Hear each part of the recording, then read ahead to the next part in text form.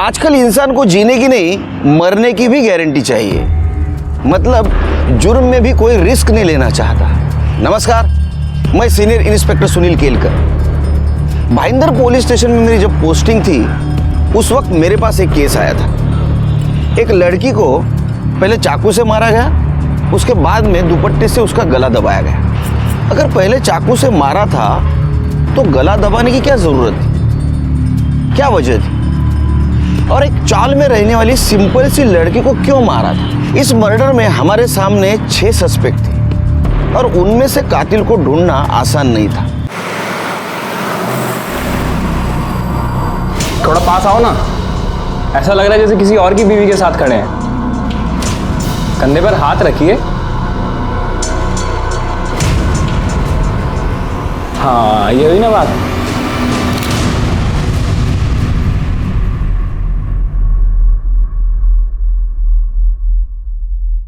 आपकी बीमारी के बारे में पता चला मुझे। सुन के बहुत बुरा लगा कि कभी भी कुछ भी हो सकता है। कैसे?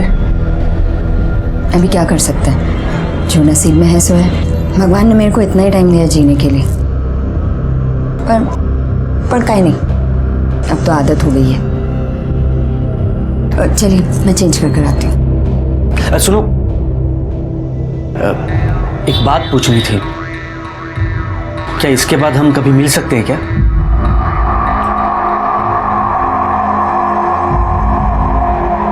नहीं।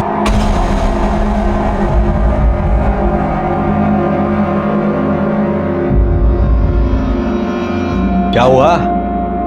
बहुत दर्द आ रहा तेरे को उसका? नहीं, ज्यादा पर्सनल हो रहा है। नहीं कुछ नहीं, वो मरने वाले हैं ना इसलिए। हाँ, अरे इसीलिए तो ये गेम खेल रहे हैं हम। उधर से ध्यान हटा, इधर लगा। फोटो भी लागे देखा? हाँ चल, 3 लाख निकाल अभी। 3 लाख? 2 लाख की बात हुई थी ना? अरे 3 लाख तो सिर्फ उसी को जा रहा है। कमाल है, अभी तो बड़ा पर्सनल हो रहा था तू। कहाँ गया तेरा दुख दर्द?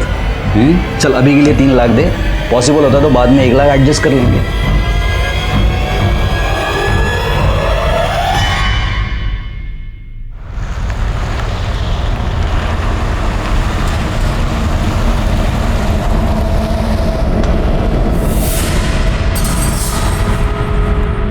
थैंक यू, पर मुझे थोड़े और पैसे मिलेंगे, बहुत ज़रूरत है, प्लीज़। अभी तो नहीं हो पाएगा, कुछ होता है बाद में तो बोलता हूँ, ठीक है?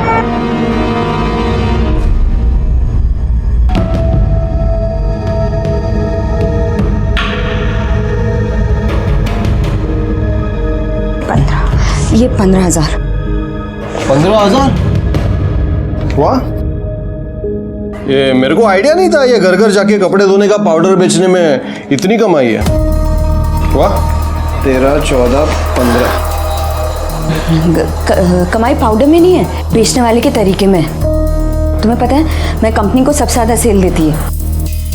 15,000 तुम्हारे और 5,000 आई के लिए। आई कब आ गई? तुम इस वक्त घर पे कैसे? इस वक्त तो तुम्हें स्कूल होना चाहिए था ना। फीस नहीं भरा था तो टीचर ने हम दोनों को निकाल दिया। फीस? अरे तुम कल की कल जाके इनकी फीस भरो, वरना इनकी पढ़ाई में नुकसान होगा। फीस के पैसे? अरे अभी दिए ना 15,000। 15,000 दिए तो क्या एहसान किया क्या मेरे ऊपर? सुना रही है मेरे को? मैं निकम्मा हूँ, कुछ काम करता नहीं हूँ। देख, अगर मेरी नौकरी होती ना 1 रुपया नहीं लेता तेरे से। बात करती है। अरे मैं तो सिर्फ फीस भरने के लिए कह रही हूँ ना। फीस भरनी है तो इसमें से नहीं दूंगा मैं। जो पैसे आई को देने वाली थी ना उसमें से भर। और मेरे को एक बात बता, आई सिर्फ तेरे अकेले की जिम्मेदारी है क्या? सुजाता अभी तो कमाती है ना, उसको बोल, वो देगी आई को पैसे।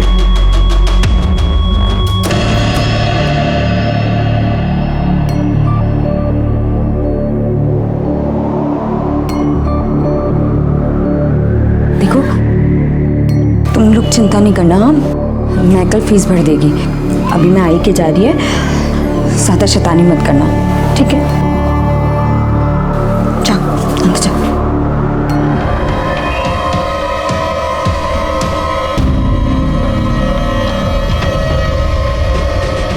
मैं जाती हूँ।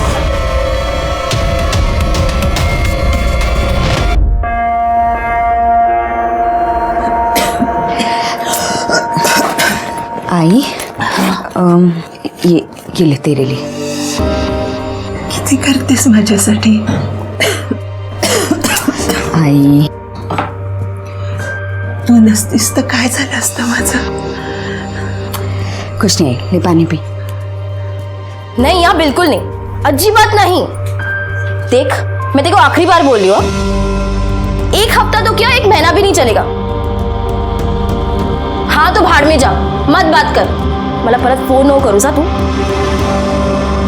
शपथ सुजाता, अरे तू और विपिन एक दूसरे के लिए बने हो, लेकिन जब देखो बस कुत्ते बिल्ली की तरह लड़ते रहते हो। पर ताई इस बार गलती मेरी नहीं है, उसकी है।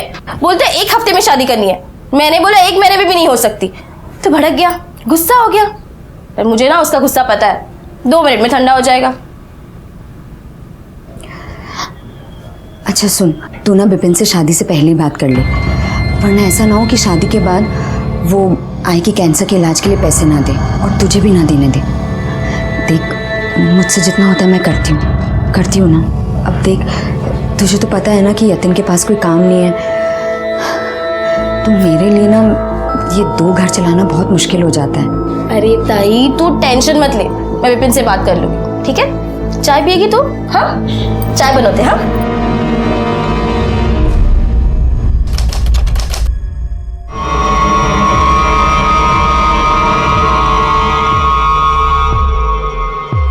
हेलो अनिल भाऊ,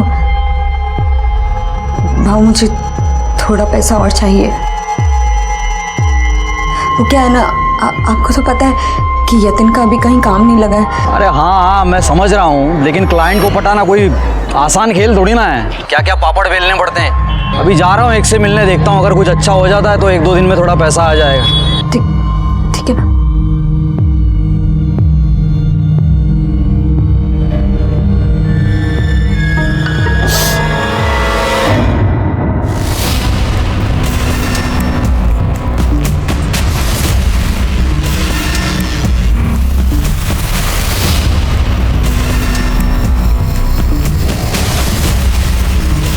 दिखा ना, अरे मस्त फोटो, बहुत बढ़िया। आप लोग चेंज कर लीजिए कपड़ा।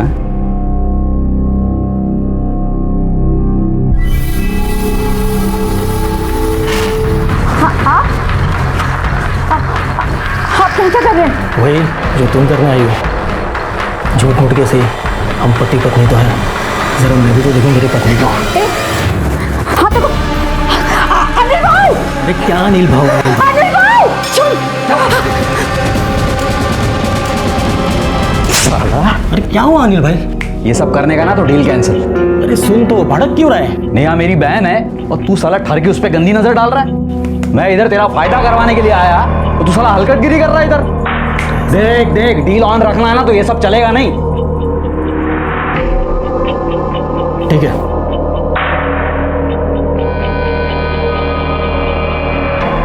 ये 10,000 रुपये।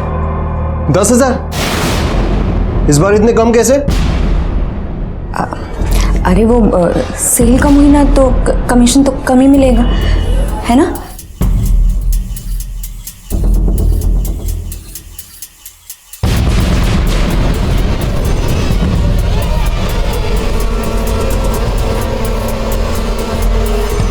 अच्छा आज खाने में फ्लावर की सब्जी।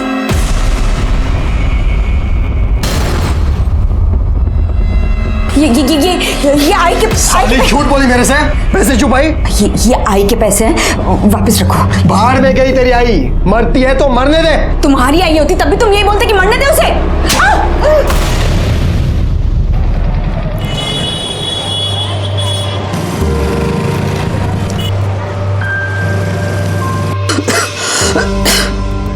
बेटा दवाइयाँ लाइए, खत्म हो गई है दवाइयाँ। आई वो अरे ताई तू कधी आलीस? अभी बस थोड़ी देर पहले।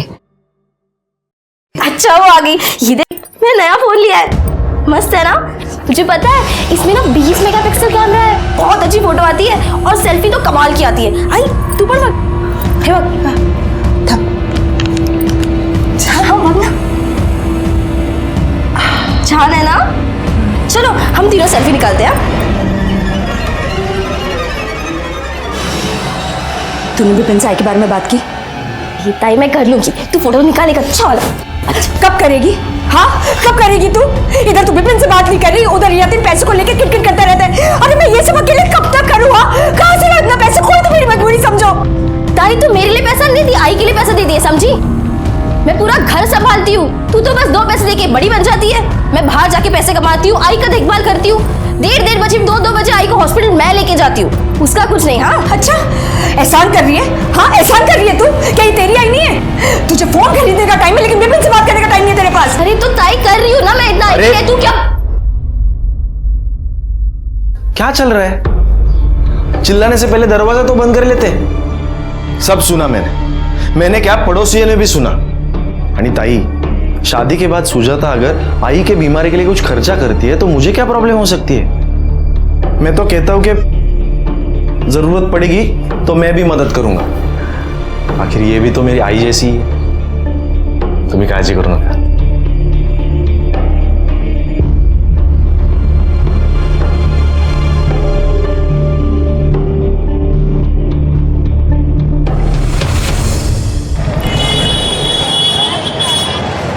नेहा, नेहा, नेहा।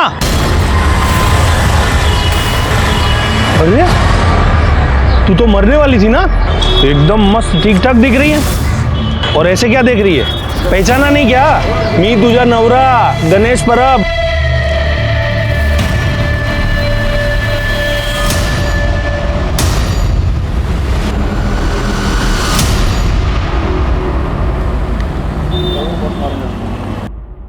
नहीं नहीं नहीं नहीं नहीं आई, कुछ कमी है क्या? क्या?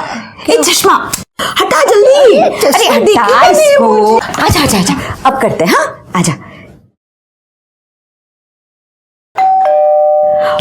लगता सुजाता आई होगी। मैं आई देख कर आती हूँ।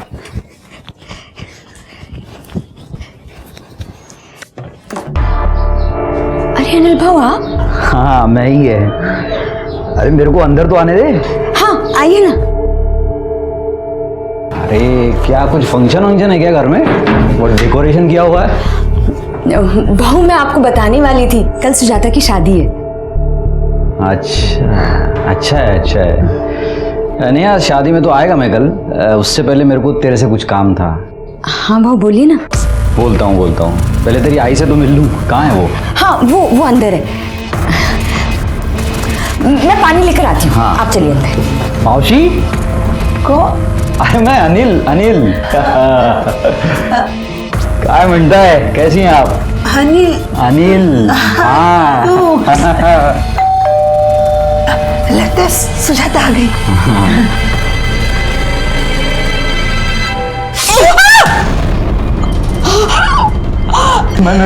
मैं देखता हूँ मौसी। मेरे बच्चे चश्मा। मौसी देखिए क्या हो गया? क्या हुआ? मेरा चश्मा। हमारी नेहा, मेरे बच्चे। नेहा।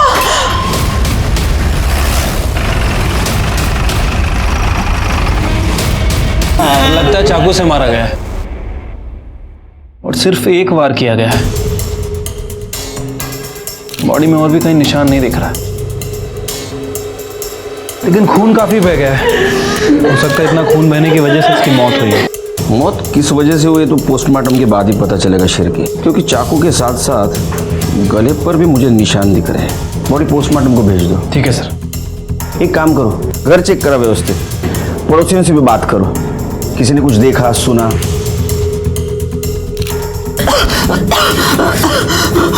तब तक मैं घर वालों से बात करता हूँ। कल सुजाता की शादी होने वाली थी साहब, उसी के लिए पिछले 2 दिन से नेहा यहीं पर थी। मैं भी आज शाम को मेरे बच्चों के साथ यहीं पर आने वाला था साहब। ये मर्डर हुआ तब घर पे कौन था? साहब मैं और अनिल थे। ये कौन? साहब मेरा नाम अनिल है। ये मेरी मौसी है, मैं इनका दूर का रिश्तेदार हूँ। इनकी तबीयत पूछने के लिए आ गया था। शादी के घर में तबीयत पूछने के लिए आए थे? शादी मालूम नहीं था घर में? नहीं, मेरे को नहीं मालूम था साहब। मैं आज यहाँ आया और मेरे को पता चला। इनको कैंसर है मौसी को, तो ऐसी पूछताछ करने आ गया था। साहब ये सही बोल रहा है। जब ये मेरे कमरे में आया तब दरवाजे की घंटी बजी, नेहा ने दरवाजा खोला, हम दोनों को नेहा की चीख सुनाई पड़ी। साहब मैं चश्मे बगैर देख भी नहीं सकती और वाकर बगैर चल भी नहीं सकती। अनिल ने मेरी मदद की, बाहर आके देखा नेहा हमारे बड़ी थी, सुजाता वह दरवाजे पे खड़ी थी। साहब जब ये लोग बाहर आए तभी मैं आई थी और ताई वहां पे मरी पड़ी थी। आपने किसको भागते हुए देखा या कोई जो तुम्हें अजीब लगा हो? नहीं साहब, अगर देखती तो बता देती आपको। वो मेरी ऑटो रास्ते में ही खराब हो गई थी, इसलिए टाइम हो गया, वरना मैं ताई को बचा पाती। आप लोगों को किसी पे शक कौन मार सकता है? साहब कौन मारेगा, क्यों मारेगा, समझ में नहीं आ रहा साहब। साहब हम बहुत ही गरीब लोग हैं साहब, हमारी किसी के साथ क्या दुश्मनी हो सकती है। और नेहा तो बहुत अच्छी थी साहब, अच्छी बीवी, अच्छी माँ, अच्छी बहन, अच्छी बेटी। घर वालों का कहना था कि नेहा मोरे एकदम सिंपल सीधी सादी औरत थी, उसका कोई दुश्मन नहीं था। लेकिन मेरा एक्सपीरियंस कहता है कि जिसका कोई दिखने वाला दुश्मन नहीं होता, उसके बहुत सारे छिपे हुए दुश्मन होते हैं। शुरू में तो कुछ पता नहीं चला, लेकिन जैसे जैसे इन्वेस्टिगेशन आगे बढ़ता गया वैसे वैसे हैरान करने वाला सच सामने आया। हाँ रानी बोलो। काम हो चुका है, अब नहीं रही वो। अब आगे कैसा क्या करना है सब तेरे को मालूम है। सर पीएम रिपोर्ट के मुताबिक नेहा पर किसी धारदार हथियार से वार किया गया था और सिर्फ एक वार किया गया, लेकिन सर क्राइम स्पॉट पे हमें ऐसा कोई वेपन नहीं मिला। तो एक वार से मर गई हो? नहीं सर, पीएम रिपोर्ट में मेंशन है कि पहले उसे चाकू मारा गया और उसके बाद उसका गला दबाया गया। सर गला दबाने की वजह से उसकी मौत हुई है। शिरके, उसको पहले चाकू से मारा गया, उसके बाद में उसका गला घोटा।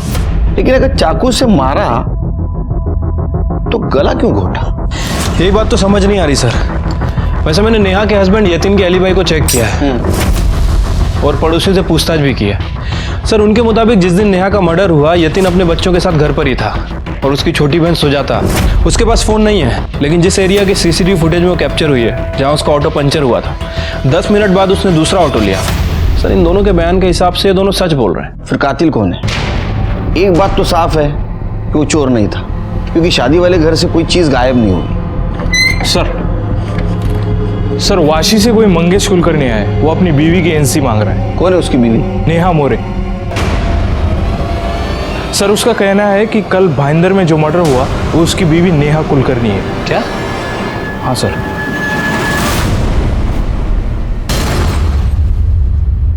साहब 6 महीने पहले ही हमारी शादी हुई थी। कार्ड पे डेट, उसके आई बाबा का नाम, एड्रेस सब कुछ है, फोटो और मैरिज सर्टिफिकेट भी है। साहब 1 साल पहले जब वो डिटर्जेंट बेचने के लिए आई थी तब हमारी दोस्ती हुई, फिर प्यार हुआ और 6 महीने पहले ही हमारी शादी हुई। तुम वाशी में रहते हो? जी। तुम्हारी बीवी भाईंदर में क्या कर रही थी? साहब वो अपने आई के पास कुछ दिन के लिए रहने के लिए आई थी।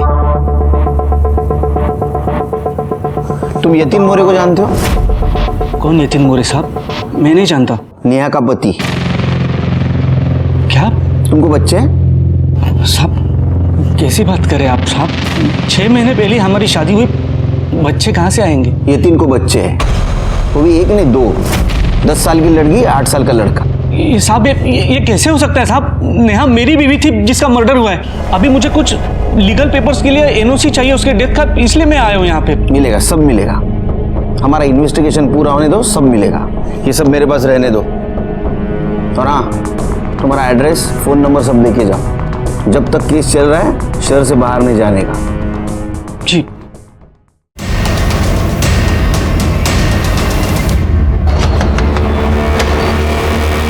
यतिन से बात करनी है। हाँ आइए। वैसे आप क्या कर रहे हैं यहाँ? वो जीजा जी ताई की अस्थियां लेकर नासिक जा रहे थे, इसलिए मैं बच्चों को लेने आ गई। नमस्ते साहब। इसको जानते हैं? इसका नाम मंगेश कुलकर्णी है। इसका कहना है कि नेहा की इसके साथ शादी हुई थी 6 महीने पहले।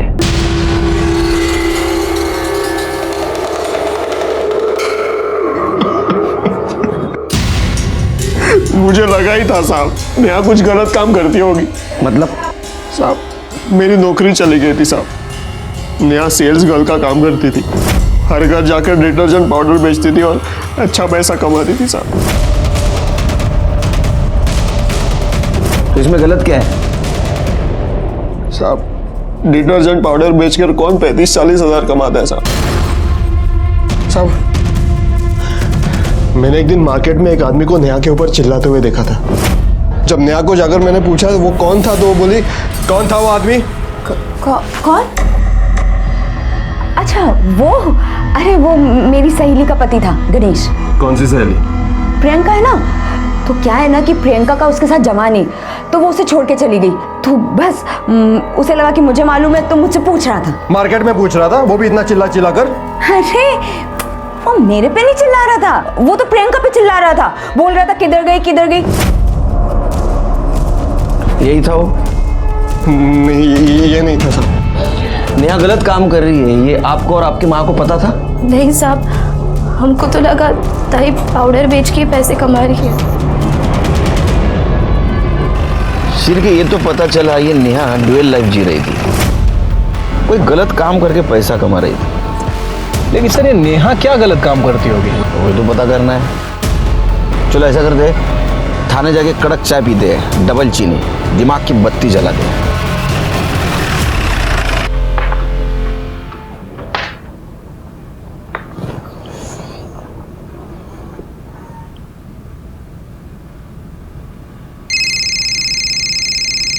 अरे बीवी है जासूस? उठा लो सर। शिरके क्या चल रहा है ये? सस्पेंड कर दूंगा, निकलो यहां से। Hello hello. कट गया सर। शादी करो, पता चलेगा।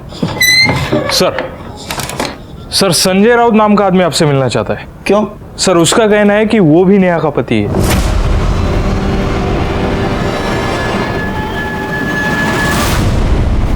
साहब ये नेहा पालघर में घर घर जाके डिटर्जेंट बेचती थी साहब, मेरे घर पे भी आती थी।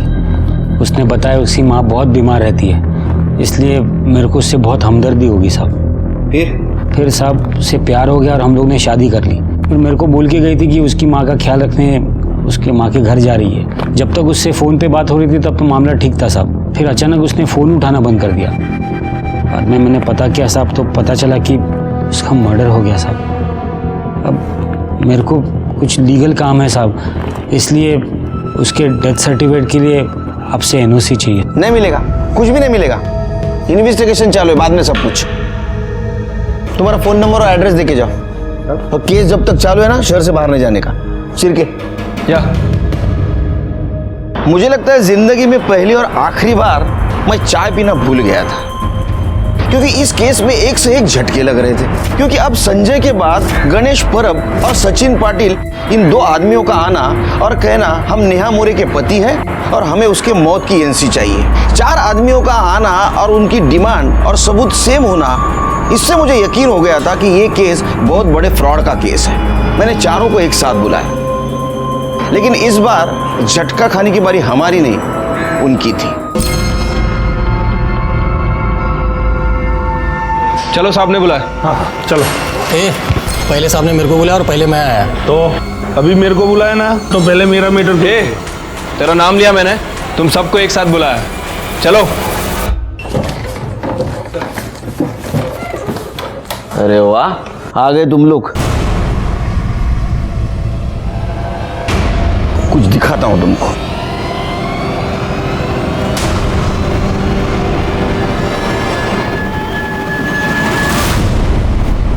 तुम चारों ने नेहा के साथ अलग अलग टाइम पे शादी की थी। अब मुझे एक बात बताओ, नेहा ने तुम चारों के साथ फ्रॉड किया या तुम सबका प्लान था किसी को चूना लगाने का? नहीं साहब, अब मेरे को समझ में आ रहा है कि राणे ने हम सबको चूना लगाया है। अनिल राणे ना? हाँ वो इंश्योरेंस एजेंट। हाँ भाई। तुम लोग कैसे जानते हो? वो तो मेरा इंश्योरेंस एजेंट अरे है। वो मेरा भी इंश्योरेंस एजेंट है, मतलब फोन नहीं उठा रहा है। अरे मिलेगा तो मैं हड्डी पसली एक कर देगा उसका। ए जब अब पता चला ना, अनिल राणे वो इंश्योरेंस एजेंट ना, यानी वो नेहा का रिश्तेदार। साहब रिश्तेदार पता नहीं, पर नेहा उसको भाऊ बोलती थी। हाँ सर, भाऊ बोलती थी, भाऊ बोलती थी। भाऊ बोलती थी साहब। ए चुप, सब नहीं, एक जन बोलो। बताओ अनिल कैसा गेम खेल रहा तुम्हारे साथ? बोल। मतलब 7 लाख लगा के 75 लाख मिलेंगे, टेढ़ा समझा मेरे को? किधर मिलता है ऐसा? अरे भाऊ आप सुनिए तो, मिलता है भाऊ। अरे मैं दिलवाऊंगा ना आपको। देखो सबसे पहले तो मैं नेहा माने के साथ आपकी एक झूठी शादी करवाएगा, जिसके लिए आप मेरे को 2 लाख रुपए देंगे। इस शादी के लिए एक झूठा सा ही लेकिन एकदम असली देखने वाला मैरिज कार्ड बनवाना पड़ेगा। फिर शादी के जोड़े में ऐसे ही झूठ मूठ का एक अच्छा सा फोटो खिंचवाना पड़ेगा, जिसको दिखा के आप दोनों का मैरिज सर्टिफिकेट बनेगा, जो असली से भी असली दिखेगा। और भाऊ उसके बाद ये सारे शादी के डॉक्यूमेंट्स ले जाके मैं अपना इंश्योरेंस एजेंट वाला काम चालू कर देगा। मतलब आपकी झूठी पत्नी नेहा माने के नाम से मैं एक सचमुच का 1.5 करोड़ का इंश्योरेंस पॉलिसी करवा के देगा, जिसका 5 लाख का प्रीमियम आपको भरना पड़ेगा। नहीं सुनिए तो, अब नेहा का कैंसर है लास्ट स्टेज पे, वो तो 3 महीनों के बाद मर जाएगी। 3 महीनों के बाद आप उसका डेथ सर्टिफिकेट दिखा के इंश्योरेंस कंपनी जाओगे, इंश्योरेंस क्लेम करोगे, उसका आपको 1.5 करोड़ रुपया मिलेगा, जिसमें से 75 लाख आपका, 75 लाख मेरा, बस सिंपल। अच्छा, और हेल्थ सर्टिफिकेट वो भी तो इंश्योरेंस कंपनी को देना पड़ेगा ना? अरे आप उसका टेंशन क्यों लेते हो?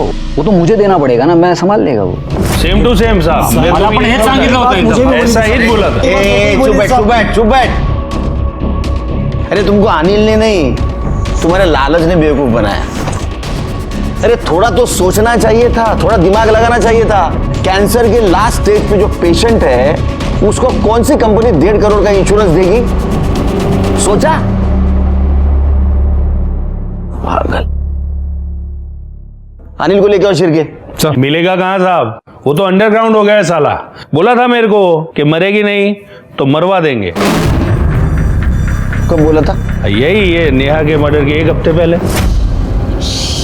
अबे साले, इधर जिंदगी हराम हो चुकी है और तू पान चबा रहा है। क्या हो गया? तू क्या बोला था? हाँ कि 3 महीने में नेहा मरेगी, वो तो मस्त घूम रही है। क्या बात कर रहे हैं आप भाऊ? हाँ कुछ भी ऐसा हो ही नहीं अरे सकता। मैं अभी मार्केट में जाके आया, मिल के नेहा को। वो कैंसर की तो क्या, बुखार की पेशेंट भी नहीं दिख रही है, और तू बोलता है मरेगी। कैसे मरेगी? वो मर नहीं रही है ना, उसको मरवा देंगे। इसका मतलब उन दोनों ने हमें फंसाया है।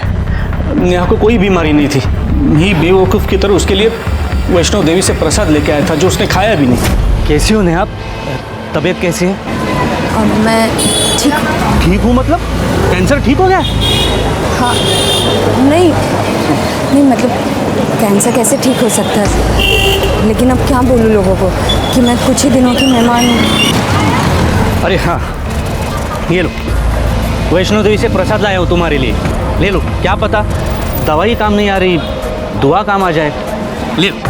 नहीं अरे प्रसाद तो मना नहीं करते, ले लो। नहीं मंगेश, नहीं थोड़ा तो खाओ। नहीं प्रसाद है, नेहा, नेहा प्रसाद, नेहा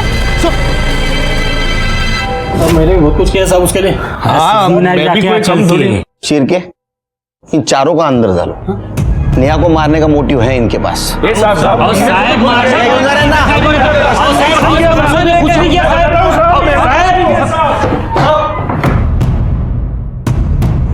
शिरके, हो सकता है ये अनिल ने प्रीमियम के पैसे लिए हो और वो भरे ना।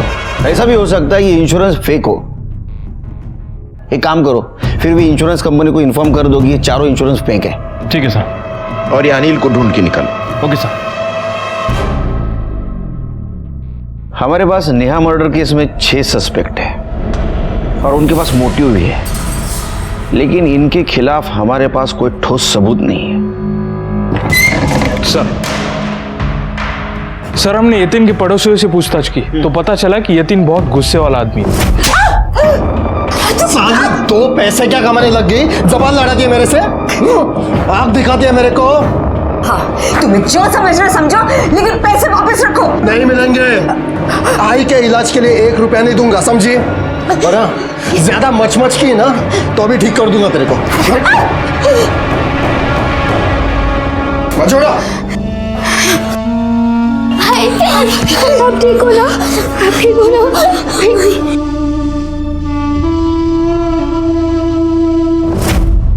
शिरके, यतीन को लेके आओ, अपने तरीके से उससे पूछताछ करते हैं। ठीक है सर, लेकिन यतीन तो नासिक गया है अपनी बीवी की अस्थि विसर्जित करने। एक मिनट सर। हेलो, क्या?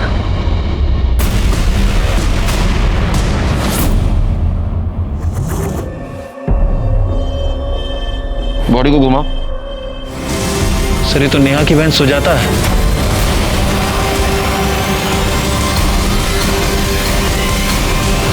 लेकिन ये इतने सुनसान जगह पे क्या कर रही थी शिरके? बैग चेक करो। कुछ मिल रहा है बैग में? आसपास सर्च करो। सर एक घाव देखकर तो लग रहा है किसी धारदार हथियार से वार किया गया है।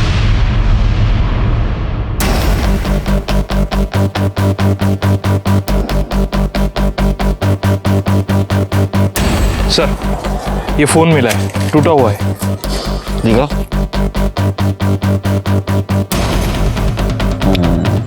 शिरके, फोन को जिस तरह से तोड़ा गया है, लगता है इसमें जरूर हमारे काम की कोई चीज होगी। ये फोन सुजाता की माँ को दिखाओ। अगर वो बोले ये फोन सुजाता का है तो इसको टेक्निकल डिपार्टमेंट में भेजो, पूरा डाटा रिकवर करो। ठीक है। बॉडी को पोस्टमार्टम के लिए भेज दो। Okay sir.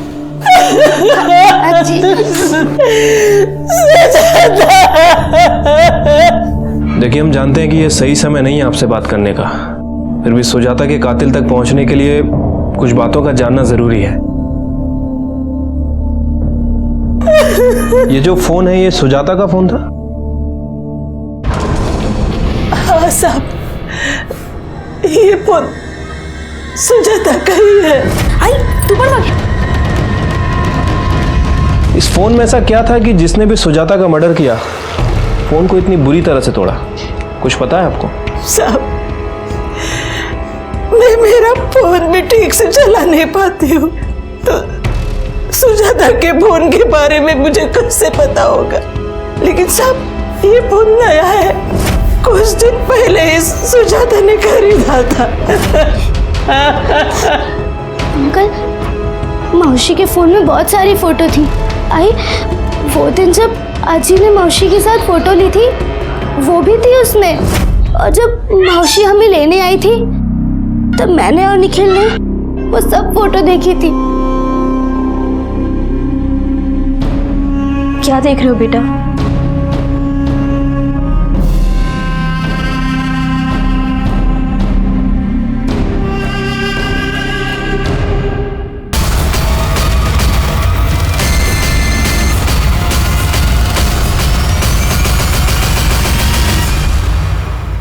आपकी मौसी के फोन में ऐसा क्या था?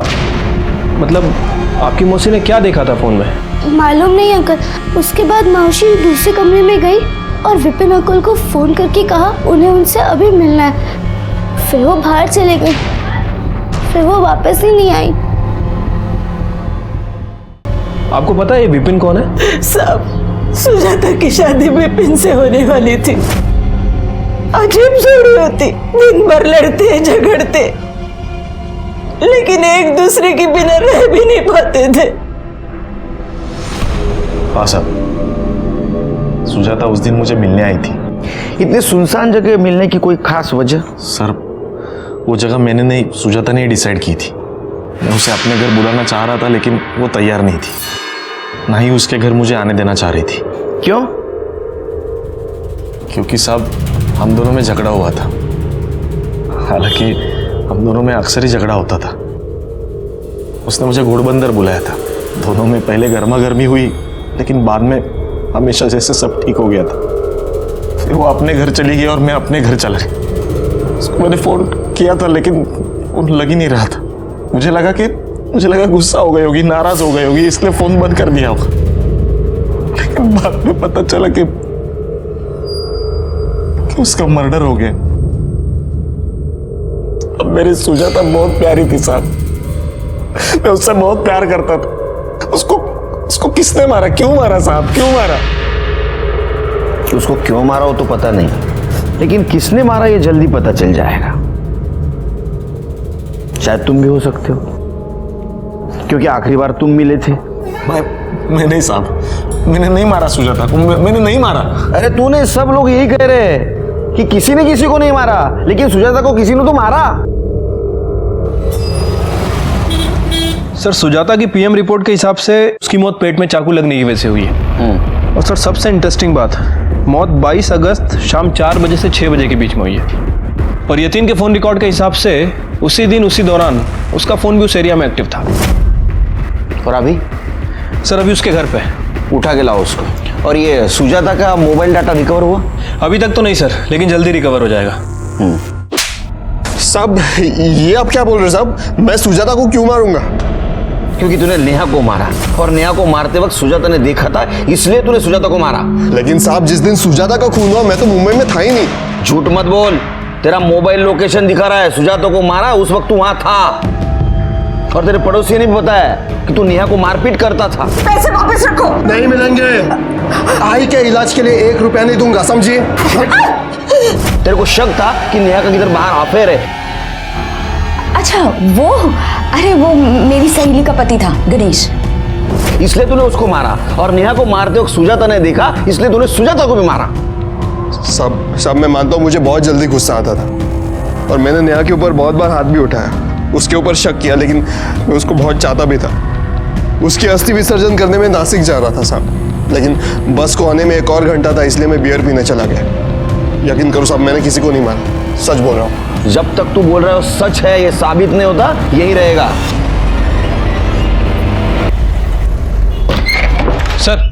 सर मैंने यतीन की एलिबाई चेक की है। सुजाता के मर्डर के टाइम पर वो एक बार में बैठा था। बार के एक वेटर ने उसका फोटो देख के आइडेंटिफाई किया है। सर उसका कहना है कि शाम 4 बजे से 7 बजे तक यतीन बार में ही बैठा था।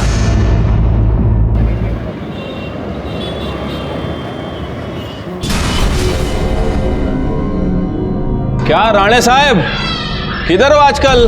दिखते नहीं हो, कुठे आहे तुम्ही? अरे एक रिश्तेदार की तबीयत खराब हो गई थी, उधर ही गया था।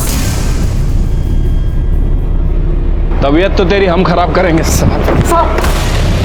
साहब कैंसर तो क्या साहब, नेहा को खांसी जुकाम भी नहीं था साहब। मैंने तो बस इन लालची लोगों को बेवकूफ़ बनाने के लिए एक बहाना बना दिया था। तो तुम्हारे ये बहाना चला नहीं, इसलिए तुमने उसको मार दिया।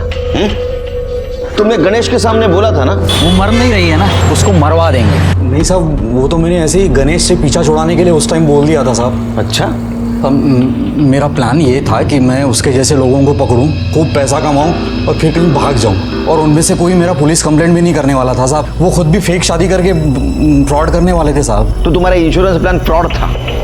हाँ साहब। नेहा को पता था ये? नहीं साहब, उसने कभी पूछा भी नहीं, मैंने उसको सब बताया नहीं था साहब, क्योंकि उसको मुझ पे भरोसा था और उसको पैसे का ज़रूरत भी था जो उसको मिलता था साहब, इसलिए वो मेरे से कुछ ज़्यादा पूछी भी नहीं थी। तुम चुप क्यों रहे थे? साहब गणेश मेरे को मेरा कॉलर पकड़ के मेरे को धमकी दिया था। देख राणे, नहीं हुआ ना, मैं फंसेगा तो छोड़ेगा नहीं तेरे को। वो चारों मेरे पीछे इंश्योरेंस के पैसों के लिए लगे हुए थे साहब, मेरे को परेशान कर रहे थे साहब। तो जब नेहा का मर्डर हुआ तो मैंने इन तीनों से कहा कि जाके इंश्योरेंस क्लेम कर दो, जिसके लिए एनओसी लगता साहब। और एक लड़की का 4 एनओसी नहीं मिलता तो ये लोग मेरा नाम बोल देते तीनों, इसके लिए मैं छुप गया था साहब। चिरके, इसको लेके जाओ, इसका ऐसा प्रीमियम भरो और इंश्योरेंस का बेनिफिट समझाओ, दिमाग ठिकाने आएगा इसका। सर चल रहे साहब मैंने कुछ नहीं किया साहब।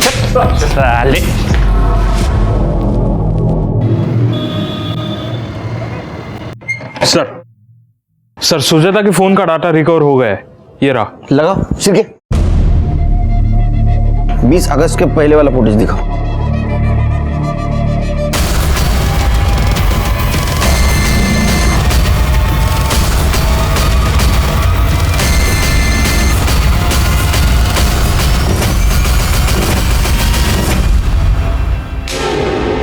साहब क्यों बार बार मुझे बुला के परेशान कर रहे हो? इससे तो अच्छा होगा कि आप उसका पता लगा लो, खूनी का।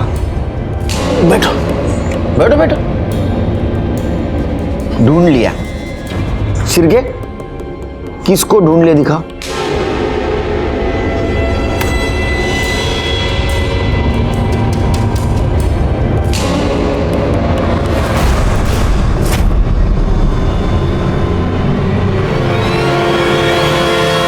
मैंने तो ये डिलीट। हाँ चल, आधा सच उगल दिया, अभी पूरा सच उगल। शिरके, कितना घंटा व्यायाम करते हो तुम? 2 घंटा सर। 2 घंटा बहुत मारेगा। बोलो बोलो। साहब मैं क्या मैं साहब नेहा को नहीं, सुजाता को मारने गया था। शॉपिंग के बाद मुझे मार्केट में मिली थी और उसने ऐसे बात कर दी ना, मेरी हट गई साहब। तेरे को क्या, मेरे को भी नहीं चलेगा कि कोई मेरी आई के बारे में कुछ भी बोले। अरे लेकिन कौन बोला तेरे आई के बारे में कुछ? तेरी आई बोली कि शादी के बाद मैं अपनी पगार मेरी आई को नहीं दे सकती, मुझे पूरी पगार उनके हाथ में देनी होगी। मैं उनको इलाज के लिए नहीं, किसी भी चीज के लिए पैसे नहीं दे सकती।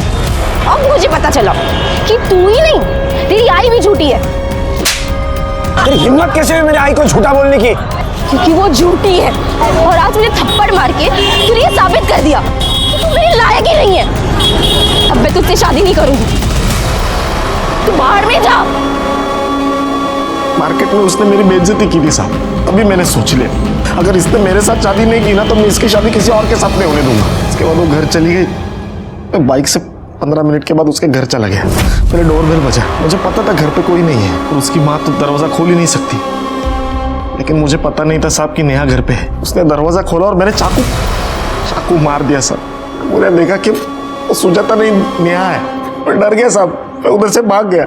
मुझे पता ही नहीं था साहब कि वो वीडियो किसी ने रिकॉर्ड कर दिया है। वीडियो का कब पता चला? सुजाता ने दिखाया था मुझे। ये क्या है? हाँ, तुमने मेरी बहन को मारा? देख सुजाता, ये गलती से हुआ था, मैंने जानबूझ के नहीं मारा, गलती से मर गई वो। देख मुझे ये दे दे। नहीं, मैं ये तुम्हें नहीं दूंगी। मैं माफी मांगता हूँ, दे दे मुझे। नहीं दूंगी। सुन मेरी बात सुजाता। ये सीधा पुलिस के पास जाएगा। मुझे ब्लैकमेल कर रही थी साहब, इसलिए मैंने उसको भी मार दिया। पवार घेऊन जायला लोट। शिरके सर, इसका हिसाब तो हो गया और एक हिसाब बाकी है।